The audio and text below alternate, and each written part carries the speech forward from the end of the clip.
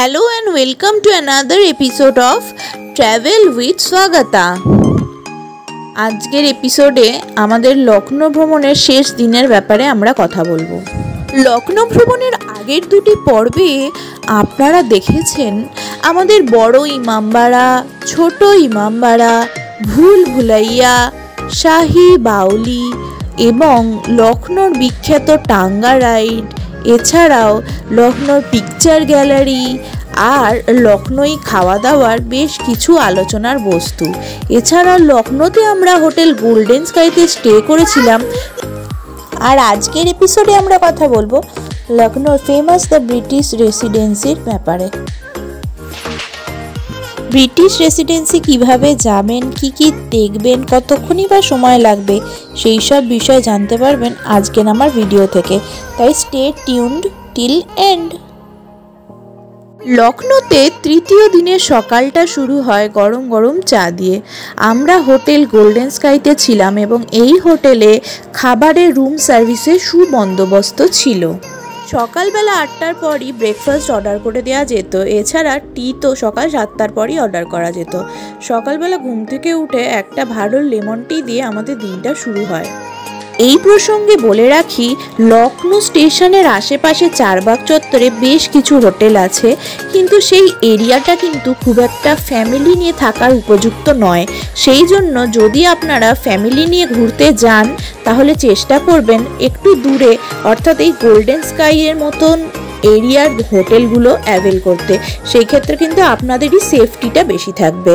Breakfast গ্রহণের পর আমরা বেরিয়ে পড়ি। অন্যান্য দিনের মতনই একটি উবের অটো করে আমরা পৌঁছে যাই লখনৌ রেসিডেন্সিতে।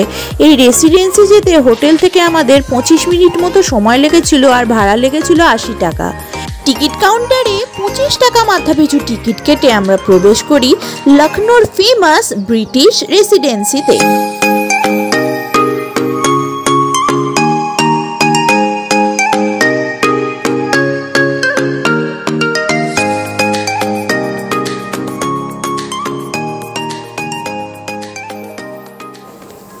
ব্রিটিশদের ভারতবর্ষের বুকে লখনৌ শহরে থাকার জন্য নবাব সদাউদ্দৌলা এই জায়গাটি করে দিয়েছিলেন। এর এন্ট্রির যে গেটটি সেটি এখনো পর্যন্ত ভালোভাবেই অক্ষত আছে এবং এই গেটটি লোহার তৈরি। ইতিহাস যাদের মনে রোমাঞ্চের সৃষ্টি করে তাদের কিন্তু এই জায়গাটা বেশ ভালো লাগবে। বেশ অনেকটা বড় জায়গা জুড়ে এই রেসিডেন্সিটা গড়ে উঠেছে। এটা ঘুরতে প্রায় 2 থেকে 3 ঘন্টা সময় লেগে যাবে। আর আমরা যেই সময় গেছিলাম তখন বেশ গরম লাগছিল বলে আমাদের কিন্তু জায়গাটা ঘুরে দেখতে কষ্ট হয়েছে। তাই আমি সাজেস্ট করব আপনারা যদি লখনৌ ঘোরার প্ল্যান করেন তাহলে শীতকালেই প্ল্যান করুন। এই যে বাড়িগুলো দেখতে পাচ্ছেন এইগুলো এক একজনের নামের building.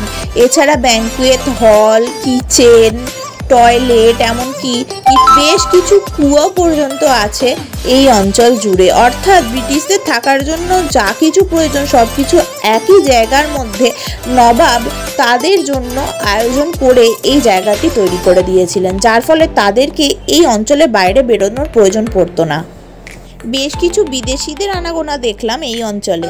Hello, good morning from Lucknow. আজকে আমরা এখন আছি লখনৌর ফেমাস রেসিডেন্সিতে, যেখানে নবাব সদাউদ্দৌলা রেসিডেন্সিতে ব্রিটিশদেরকে থাকার জন্য সম্পূর্ণ একটা আলাদা কমপ্লেক্স করে দিয়েছিলেন এবং ব্রিটিশরা এখানে থাকতেন। সিপাহী বিদ্রোহের সময় এই জায়গাটাকে সম্পূর্ণভাবে গুলি দিয়ে ঝাঁঝরা করে দেওয়া হয় আর তারপর থেকে সমস্ত ব্রিটিশরা এই অঞ্চল ছেড়ে পালিয়ে গিয়েছিল। তো তারপর থেকে এই জায়গাটা ফাঁকাই পড়ে আছে এবং এই রেসিডেন্সির এই যে বিল্ডিংগুলো,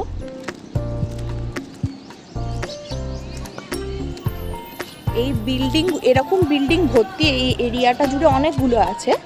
এই বিল্ডিংগুলোর প্রত্যেকটা দেওয়াল গুলিতে পুরো ঝাঁঝরা হয়ে আছে এবং সেইটা দেখে একটা হিস্টোরিক্যাল ফিলিংস হচ্ছে যে কতটা পরিমাণে গুলি চলেছিল সেই সময় সিপাহী বিদ্রোহের সময় ব্রিটিশদেরকে এখান থেকে তাড়ানোর জন্য।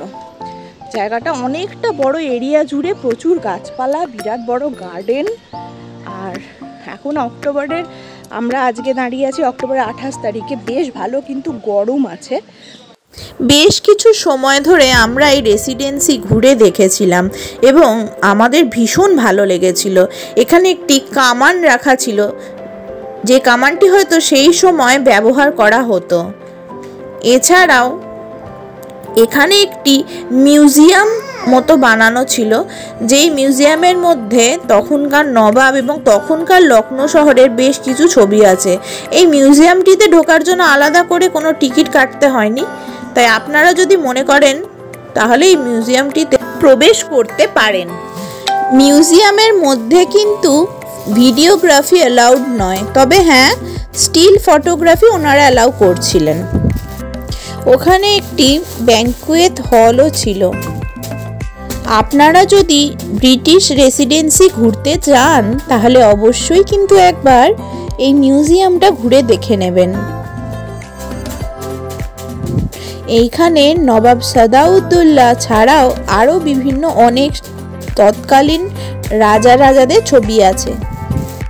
আর এটা ছিল রেসিডেন্সির মূল বিল্ডিং।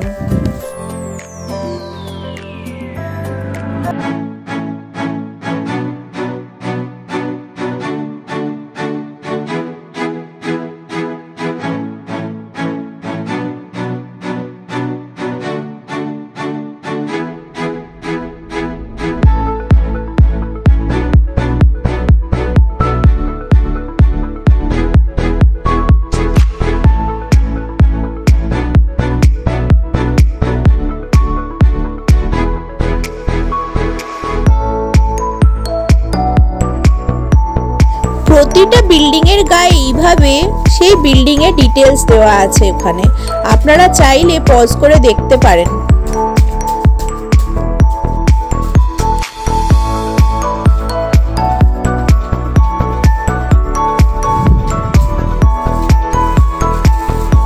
রেসিডেন্সির ভগ্ন দশা সত্ত্বেও এখনো পর্যন্ত বেশ কয়েকটি দেয়াল আর বেশ কয়েকটি থাম মাথা উঁচু করে দাঁড়িয়ে আছে স্বমহিমায়,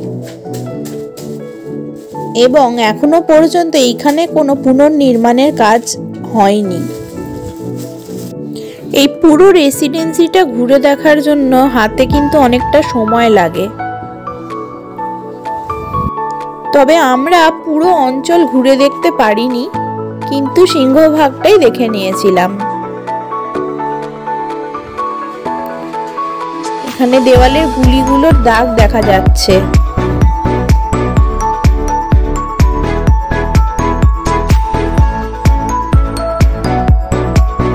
তবে যেটা এরকম হিস্টোরিক্যাল প্লেসে গেলে সব থেকে দেখে খারাপ লাগে সেইটা হলো এই ধরনের দেয়ালগুলোর গায়ের মধ্যে লোকেরা নিজেদের নাম লিখে রেখে সেইগুলোকে নোংরা করে দিয়ে যায়। এইটুকু বোঝার মতো ক্ষমতা নেই যে এগুলো আমাদের ঐতিহ্য, এগুলোকে যত্ন করে রাখাটাই আমাদের সুনাগরিক হিসেবে কর্তব্য। তাই সকলকে একটাই নিবেদন, যখনই কোনো ঐতিহাসিক স্থানে বেড়াতে যাবেন সেই জায়গাটাকে যতটা সম্ভব পরিষ্কার পরিচ্ছন্নভাবে ব্যবহার করার চেষ্টা করবেন। দেওয়ালে অযথা কোনো কিছু লিখে সেই জায়গার দেওয়ালে সৌন্দর্য নষ্ট করবেন না প্লিজ। তখনকার দিনে এত বড় বড় কুয়ো ব্যবহার করা হতো।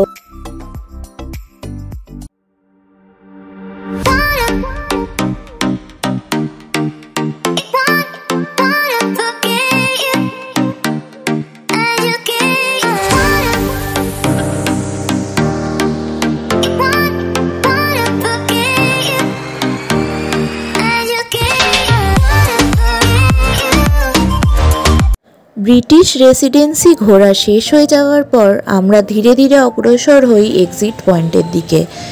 এক্সিট আর এন্ট্রি পয়েন্টের গেটটা একই। বেরিয়ে আমরা একটা অটো ধরে নিই এবং সেই অটোকে আমরা বলি লখনৌর বিখ্যাত বিরিয়ানি আর কাবাবের জন্য কোনো একটি ভালো জায়গায় নিয়ে যেতে। সেই দিন সোমবার ছিল এবং কোর্ট চত্বরে এই রেসিডেন্সি অবস্থিত হওয়ায় রাস্তায় প্রচণ্ড জ্যাম লেগে গেছিল, যার ফলে আমাদের অটোদাদা টুন্ডে কাবাবিতে না নিয়ে গিয়ে আমাদের দস্তারখানে নিয়ে যান। লখনৌর বিরিয়ানি আর কাবাবের জন্যই দস্তরখান রেস্টুরেন্টটাও কিন্তু বেশ নামকরা একটা রেস্টুরেন্ট। আমরা এদের হসরতগঞ্জের আউটলেটটায় যাই, তবে সমস্যা হয় ওখানে যাওয়ার পরই আমার মেয়ে ঘুমিয়ে পড়ে, যার ফলে আমরা রেস্টুরেন্টে বসে লাঞ্চ করতে পারিনি। আমরা খাবার প্যাকিং করে হোটেলে নিয়ে চলে এসেছিলাম এবং হোটেলে এসে লাঞ্চ করেছিলাম। এই আউটলেটটা ছিল বেশ ঝাঁ চকচকে এবং পরিষ্কার পরিচ্ছন্ন। আমাদের টোটাল বিল 640 টাকার হয়। আপনারা পজ করে কোন খাবারের কী দাম সেটা দেখে নিতে পারেন। আমরা খাবারের মধ্যে নিয়েছিলাম চিকেন বিরিয়ানি, লখনৌর বিখ্যাত গালৌটি কাবাব আর মশালা টিক্কা কাবাব। বিরিয়ানির যা কোয়ান্টিটি ছিল তা দুজনের জন্য এনাফ।